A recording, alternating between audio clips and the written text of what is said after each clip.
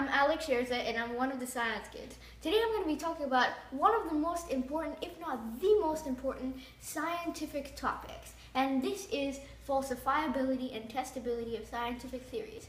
It was thought out by 20th century philosopher Karl Popper. The way he came up with it was basically he examined the scientific discoveries of Albert Einstein and Sigmund Freud, and he compared how they got to their conclusions.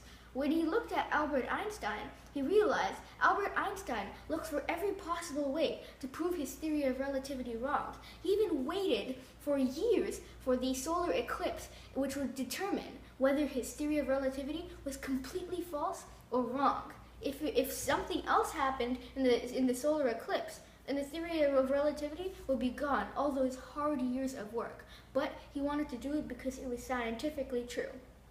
Meanwhile, on the other hand, Sigmund Freud was able to describe every single psychological behavior in one way or the other. He basically tried to confirm this by giving it every possibility. Every behavior had different possibilities. And even though the conclusion for Sigmund Freud might have been true, his discoveries are controversial because for this exact reason. Because the way he found it out wasn't very scientific. Essentially, he just tried to prove it true. So here are some of the characteristics that Karl Popper came up with, which are the scientific and pseudoscientific. You can tell they're pretty much exact opposite. For example, scientists really want to change their evidence. They're willing to change their evidence. It doesn't matter if they're wrong, they just want truth. Meanwhile, pseudoscience has fixed ideas. Well, science has ruthless peer review. Everybody is going to fight it until they come to a conclusion. It's wrong, it's false, or it's true, or maybe even in between.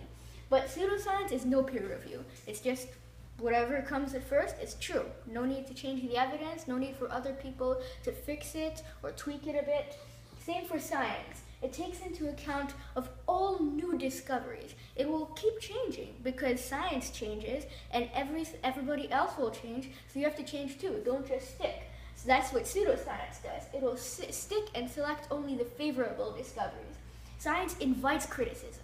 It wants to be proven false. But pseudoscience, it sees criticism as a conspiracy. Everything is wrong.